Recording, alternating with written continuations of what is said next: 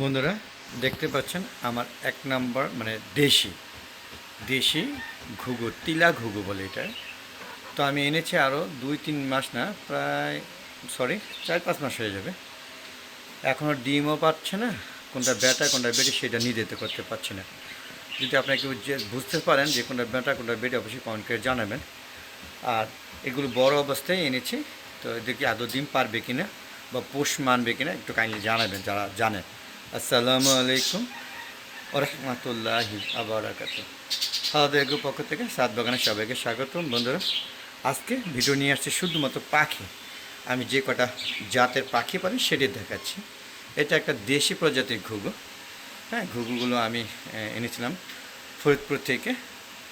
তো বেশ কিছুদিন হয়ে গিয়েছে, 5 থেকে 6 মাস হবে, ডিম পাচ্ছে না। এবং এরা কী খাবার খায় আমি সঠিক জানি না, তাই ওদের ধান, ভুট্টার গুঁড়া, গম, হ্যাঁ, এবং ওই যে লেয়ার টেয়ার এই বিভিন্ন ধরনের একটা সংমিশ্রণে যে মুরগিদের খাওয়ায় সেই খাবারটি খাওয়াচ্ছি। যদি যারা আপনার দেশি ঘুঘু পালেন তারা একটু কাইন্ডলি আমাকে বলে দিবেন যে এটা ডিম পাড়ার জন্য কী করতে হবে, আমাদের খাবার কী, এবং এখন এদের কোনটা বেটা। আমার ধারণা হচ্ছে উপরেটা বেটি, যেটা ওই যে উপরে উঠছে, আর নিচেটা বেটা। ডাকেও না, মানে ঘুঘু পালার অভ্যাস আমার নেই, যদিও আমি 5 মাস ধরে পালতেছি।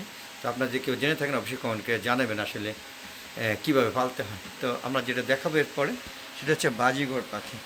এই বাজিগর পাখি আমি কিনে নিয়ে আসছিলাম একটা জোড়া, এবং বলছে জোড়া। আপনারা দেখতে পারেন যদি ভিডিওতে, যারা দক্ষ বাজিগর যারা পালেন তারা যদি বুঝতে পারেন তাহলে বলে দিবেন কোনটা বেটা কোনটা বেটি। কিন্তু আশ্চর্যজনক হলো এটা 1 বছর প্লাস হয়ে গিয়েছে, হ্যাঁ, প্রায় 2 বছর হতে চলছে। ডিমও পারে না, ডিম পাড়ার জন্য যে প্রস্তুতি থাকে মিটিং, সেইটাও করে না, ঝগড়াও করে না, এর ঠিক এইভাবে থাকে। এখন এখান থেকে আমি কিভাবে ডিম পাবো এবং বেটা বেটি ঠিক আছে কিনা, যদি আপনারা কেউ কমেন্ট করে, মানে বাজিগর যারা পালেন, যারা খুব ভালোভাবে বুঝেন, তারা অবশ্যই কমেন্ট করে জানাবেন আসলে ঘটনাটা কি, কেন ডিম পারে না, কেন এবার মিটিং করে না। আর 2 বছর হয়ে গেছে, এখনও এর কোনো লক্ষণও নাই। দেখেন, আপনারা দেখতে পাচ্ছেন, আমার মনে হচ্ছে যে উপরে যেটা বসে আছে ওটা পায়রা, যে উঠতেছে এটা মনে হচ্ছে পায়রা। যদি আপনার যেটা ঠোঁটটা একটু সবুজ সবুজ আর ওটা ঠোঁটটা একটু সাদা, আপনারা কমেন্ট করে জানাবেন যে আসলে ঘটনাটাকে। হ্যাঁ, ওই যে উপরে ওই সাইডের ডাল সাদা, যে নিচে যে নামছে এটার ঠোঁটটা কিন্তু একটু বাঁকা টাইপের। তো এটা ছিল বাজিগর পাখি। হ্যাঁ, প্রথম স্টেপ। আমি আরেকটা বাজিগর পাখি পালি, সেটা দেখাচ্ছি। তো বন্ধুরা চলুন, ঘুঘু পাখিগুলো কিন্তু দেখেছেন, অবশ্যই আপনারা কিন্তু কমেন্ট করে জানাবেন। আর ভালো লাগলে অবশ্যই আমার ভিডিওটা শেয়ার করে সবাইকে দেখার সুযোগ করে দেবেন। বন্ধুরা, এই যে যেটা দেখতেছেন এটা হচ্ছে বাজিগর পাখি, হলুদ বাজিগর। হ্যাঁ, এখানে দুইটা এনেছিলাম 1200 টাকা দিয়ে কিনে, 1400 টাকা, 1400 টাকা দিয়ে কিনে এনে বেশ কিছুদিন পর একটা মারা গিয়েছে। কোনটা মারা গেছে, বেটা না বেটি, আমি নিজেও জানি না। আপনারা দেখে যে হলুদটা ভালো মতো ফলো করে দেখেন। তো যদি আপনারা জানেন এটা বেটা না বেটি, অবশ্যই কমেন্ট করে জানাবেন। হ্যাঁ, আর এই যে একটা দেখতেছেন এটা বাজিগর নর্মাল, এটা আমি আমার ওই যে সবজি বাগানে দেখি উনি খুব কষ্ট অনুভব করছে, গরম প্রচুর, পানি খাওয়ার জন্য জানটা দিয়ে ফেলাইতেছে। যদিও তখন আমি গাছে পানি দিচ্ছিলাম, তো পানি দেওয়ার পরে ও পানি খাচ্ছে কিন্তু যাচ্ছে না। মনে হলো ও কতদিন ধরে জানি খায় না, ক্ষুধার্ত। তাই ওকে নিয়ে এসে আমি এখানে বন্দি করে রেখেছি। এটা অন্যায় হয়েছে কিনা জানি না, যদি অন্যায় হয় কনকে জানাবেন।